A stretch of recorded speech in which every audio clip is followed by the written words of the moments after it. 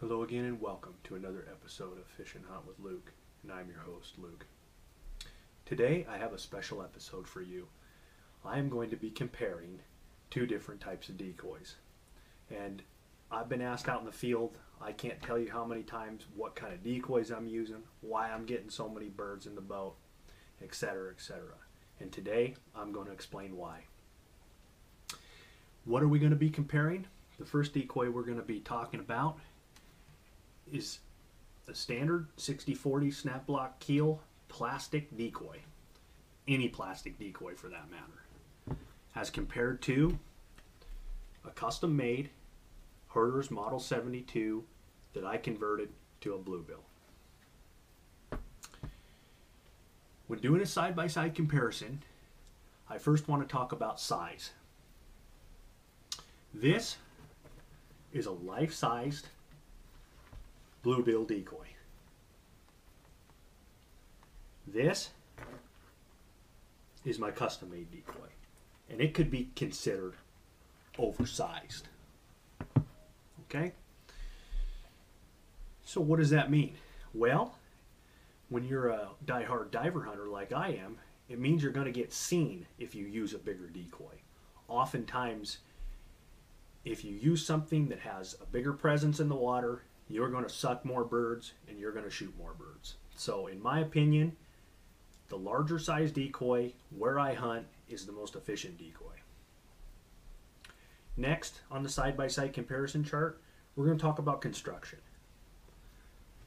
This is a typical plastic decoy. It's got a hard plastic shell and it's hollow on the inside. It has a removable keel.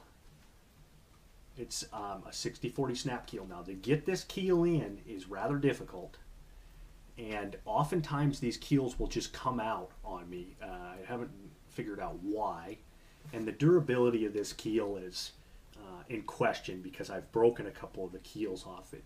Doesn't render the decoy completely unusable, but you're definitely going to want to replace the keel on it. Overall, this is a fairly durable decoy. Now, the construction on this is it started its life as a herder's decoy, and it was a mallard that I have now put a shell around the styrofoam to harden the outside of the decoy, and then I subsequently primed and painted this decoy. So it's a fairly full-bodied decoy that's been modified. And in the bottom, the keel has a strip of lead in it to self-right and weigh down the decoy. That brings us right into the topic of weight. I put this plastic decoy on the scale, and I came up with 1 pound. I put my oversized 72 decoy on the scale, and it weighed in at 2.5 pounds. Later on in this episode, I'm going to explain why that is important. The next, I'd like to talk about the paint. This is a typical manufactured sprayed-on paint. It's fairly durable, and I have about 5 years on this decoy. You can see that some of the white on there is coming off, and some of the bill is chipped. But in general, the paint has held up really well. I can tell you mostly what I did with this decoy was I painted it with 2 coats of acrylic paint. And I chose to use like a charcoal black and a brilliant white, and so that I'd have really good lines on this decoy, really good separation of color. And then I did my own little custom touches in that regard. So as far as the durability of paint, I'm going to venture to say that this paint is a bit more durable than the acrylic paint because I have to touch up the acrylic on a yearly basis. Now, I'm going to go back to talking about the weight of the decoy. Why is the weight of the decoy important? And it's important for a couple reasons. Number one, it kind of determines where you're going to pack the decoy. It also determines the ride of the decoy. And by that, I mean how well is the decoy going to ride in different weather conditions. So, a lightweight decoy is going to be really easy to pack into remote areas and would work really well for if you're going to pack into your best mallard spot, if you're going to pack in and hunt off the shore for diver ducks. A larger decoy that weighs more is going to be more clumsy to pack, but it's going to ride a lot better. And that term ride is critical when we're talking about diver duck hunting. So this duck, when it rides around on the waves, is going to be weighted down, so it's going to ride more like a boat. And it's not going to flop side to side. It's just going to be true riding, and it's going to be more natural presentation in your spread. A plastic, like this one here, is not going to ride nearly as well. And the reason is because the weight and the keel is made, in the keel has sand in it instead of lead. So there's opportunity for those keels to essentially fail in high winds, and the decoy will fold on its side, or just won't look like a natural ride where a duck's normally swimming along in heavy wind and heavy waves. So that being said, this decoy is going to ride a lot better, but it's going to be harder to pack in than the standard plastic decoy. Now, along with that weight comes one more key ticket item, and that's, how does the decoy self-right? And is the decoy going to, when you toss it out, is it going to lay on its side? Plastics have a high tendency to land upside down, and then you have to go back around with your boat or go walk over there through the mud, and you have to self-right them yourself. Some of the newer decoys have become have done a lot better. The newer companies have done a lot better at making a decoy that self-rights. This one is fail-proof. It's got that lead strip in the bottom, and I have never had one of my Herters not self-right. And so essentially every time you toss these out, they're going to self-right. Now, going back to durability, let's talk about what happens if you shoot one of your decoys, or a stray pellet, now that we all have to use steel, catches one of these decoys.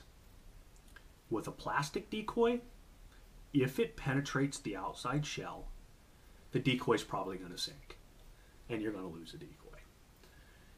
If it doesn't sink and you catch it in time when it's turning over and have to go get it, then you can fill it with, silicone or whatever to repair the decoy. That's the plastic. Now, this Herters is a very unique decoy because if you shoot it, it will generally penetrate the outside shell, but won't go very far into the styrofoam, and it's definitely not going to immediately sink the decoy. There is zero risk that this decoy is going to go down. I have literally plowed these decoys with my shotgun. I'm not proud to say it, but I've put 15 to 20 holes in each one of these decoys in one shot. They bend over and they pop right back up. Self-right, done deal. I don't have to worry about them until I get home. So when I get home, I need to address these, because once you've penetrated this outside shell, which I've done acrylic and then I've done a flat sealer, once you penetrate that sealer, the water can begin to absorb into the mastic that is coated in this decoy. So you get waterlogging is what ends up happening if you prolong the exposure to water and don't have a sealer on there. So pellet holes, you can hunt for a week or two on these decoys, but then I usually try to get them back to the shop and repair them right away. So let's do one more comparison here, and let's talk about the price. And that's the big ticket item, is how much do these decoys cost? Well, a plastic decoy is going to be your cheapest option. You can go down to your sporting goods store and buy these plastic decoys, depending on what quality, if they're a pro grade gear or if they're just a standard decoy. Anywhere from $30 up to $150, for a really good decoy. You're looking at a pretty cheap price as compared to doing the work on these Herters. This is a lot of manual labor. I've got 60 hours into 5 dozen of my Herters, okay? That's 60 solid hours of work. I timed it, yes.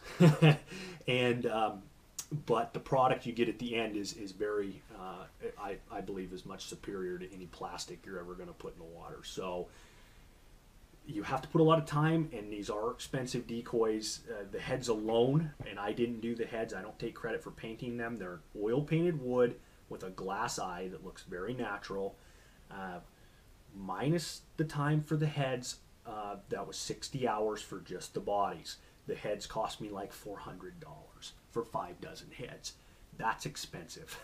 So these are a very, very expensive decoy, but in my opinion, they're one of the best decoys you can use when you're open water diver hunting with a boat like I do.